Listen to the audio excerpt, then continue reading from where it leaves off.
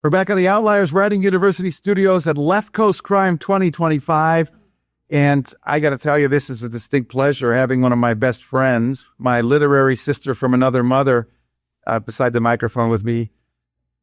What can you say about Dänna Wilberg? It's probably better to say what she has not done in her storied lifetime. She is a movie producer, director, writer. She has been for over 15 years a television host. She has a fascination with the paranormal and has 2 amazing 3-book series out, which we'll talk about, the Grace Sims trilogy, and what is going to be much more than a trilogy right now. She's hooked on to this amazing protagonist, Suzanne Cash, and her cop boyfriend, fiance, etc., Sam Metzger. And that is the Borrowed Time series. Dänna Wilberg, welcome to the microphone. Thank you so much. Nice to be on here. What do you want to talk about? Well, let's talk about my new book because I was really excited about it. This is the 4th book in the Borrowed Time series. It's called Golden State, and it is about the infiltration of all the cartels that are coming into California. So Suzanne Cash is, she's still in the process of learning what her superpowers are. And all of a sudden, she's got all these entities that are showing up in her bedroom. And they're dirty, they're bloody, and she has no idea where they came from.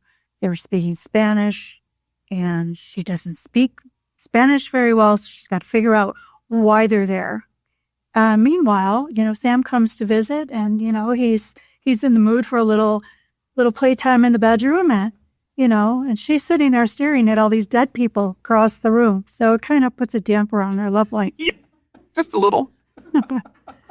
Yeah. So anyway, as the story goes on her quest to figure out why these spirits are there, why they haven't crossed over, and what she can do to help them, she wanders into this metaphysical shop, and she meets this guy that she has this instantaneous, unbelievable attraction to.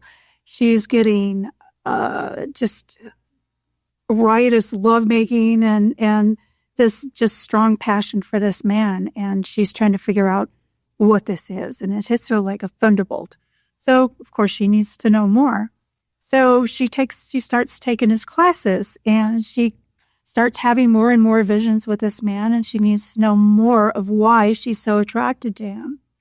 And because she's engaged, to Sam, and she certainly doesn't want to ruin her relationship with him, but she puts things on hold because the attraction is so strong. So she goes to see a past life regressionist to see if there's some answers there. And that would be Linda Potter, who we have in common. And she actually is a real live past life regressionist who wrote the meditation for me to use in the book. So it's very authentic. You put several of your true life friends into your books. Who else is that? So Barbara Yubero, who is an astrologer and just phenomenal astrologer, she also did a chart on Suzanne to find out, again, why she's having all these experiences and where this gift that she has is leading to. And Suzanne's sidekick is a very good friend of mine who's a psychic, Linda Schooler, and she was one of my first guests on my Paranormal Connection show, and I've loved her ever since. She's wonderful, she's authentic, and just a real wonderful human being. Equals attract. Wonderful, authentic people. Thank you. Yeah, we have a good time. You are also a multi-award-winning filmmaker and have recently done not one, but 2 Sherlock Holmes films. Take us through those 2 movies and how they came to be. Oh my gosh. It was almost by accident. I had gone to a Day of the Dead tea at the Baker Street West museum, if you will, with Karen Phillips, our book cover artist, and we had a blast. Anyway, it was just the most fascinating place I'd ever seen. It was, there was 221B, and everything was just perfect, perfect replication of 221B. And the whole, it's like walking into old England, Victorian Square, England. There's all these little shops with all these, wonderful antiques. And there's a tea shop with the most beautiful tea sets. And it was just so authentic. And I was just so enthralled with everything they had going on. And I asked the owner, I said, have you ever filmed anything here? Have you been on TV? And she said, no, we had a couple articles done, but nothing like that. So when 2020 hit and we could not do BodgerCon live, I approached Linda and I said, Anthony Horowitz is going to be our guest of honor. Can we do something here in honor of Anthony? And she said, sure, come on in. So we masked up and we went to Baker Street West and filmed the intro to BodgerCon 2020. Yeah. And as a result, that led to the next project was a short film. It was to be under 10 minutes. And the whole propensity of it was the first part of the competition was everybody had to write a page of dialogue and submit it. And the winner would have their dialogue made into all these different films. So Generic dialogue. It was stuff off the wall. It's like, what do you do with this? But having had the experience with Sherlock Holmes, when we got the dialogue, I called up my friend. I said, I think Sherlock Holmes would be perfect for this dialogue because it's so quirky and he's so quirky. And it worked out beautifully. And as a result, we've won over 31 awards worldwide for this short little film. But it's got the most beautiful, the production of it, the costumes in the location was just unbelievable. Well, there's something technically unique about how you shot that film.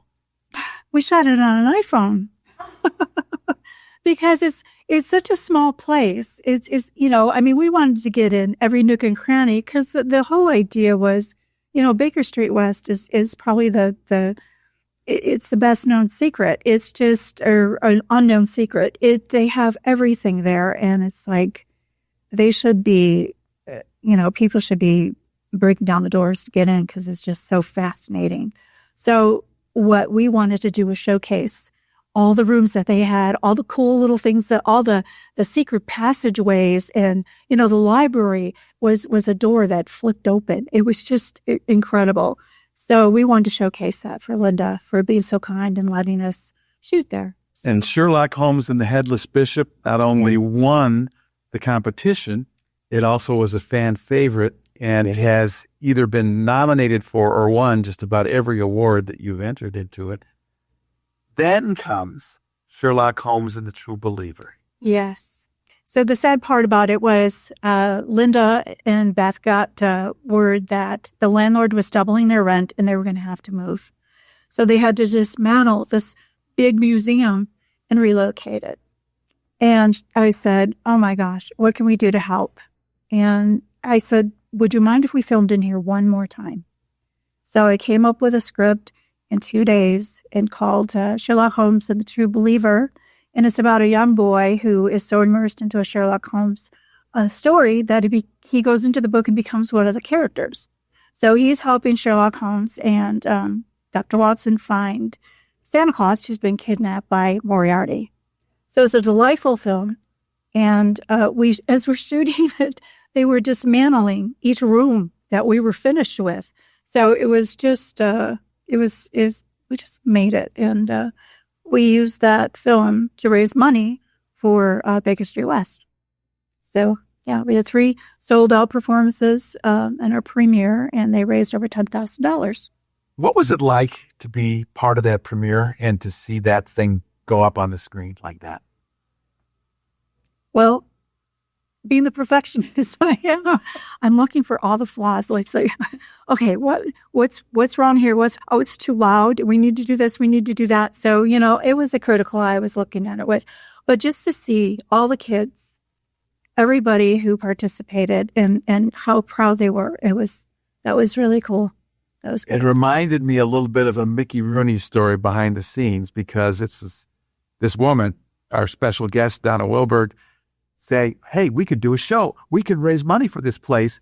And just about the whole town was involved in some way, shape, or form. Yes, that was the blessing. We had so many volunteers. Everybody volunteered their time. Jeffrey Wiseman, who's the plays George McFly in Back to the Future, volunteered his time as Professor Moriarty, and he was amazing.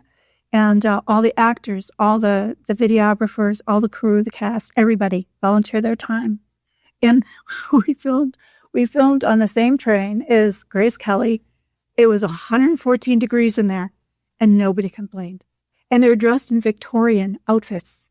Everybody was, we'll get through this. We'll get through this. And the time frame for the movie was wintertime. Yes. Yes. So all the kids were dressed in, jackets and everything, we were trying to recreate Christmas time. So it was quite a feat, but. And there was a small bit of nepotism in this, as you were able to include your offspring and grandchildren. Yes, my 3 daughters and all my grandkids. How cool is that? What an amazing life. They're all extras. An amazing canon. What's next for you? Oh, well, that's a good question. What do you got? Well, we got to finish your website. We're redoing that. Yeah. Is there another book in the Borrowed Time series in your mind? I do. I committed myself to writing about dreams. The new book is going to be called Dreamscapes. And we're going to be, dissecting dreams and what they mean. And I'm going to bring in some professional dream weavers and just kind of put it out there. For 15 years, you were a television host talking about paranormal. Do you miss that? I do. I miss the people I meet or met. I do still have a lot of them in my life, but, it's always fun. And being here at Left Coast Crime and hearing everybody talk about their paranormal books and their paranormal stories, it's like, oh man, there's so many stories out there. There's so many people who've had experiences, and to provide a platform where they can talk about all these experiences just is a pleasure for me. You are universally loved because you are such a thoughtful, giving, caring, good listener, just an amazing person. Why do you do it? To make me cry. I don't know. It's just who I am. So I just believe in what goes around comes around, and if you can spread goodness and love, the world's a better place. What does it feel like to give?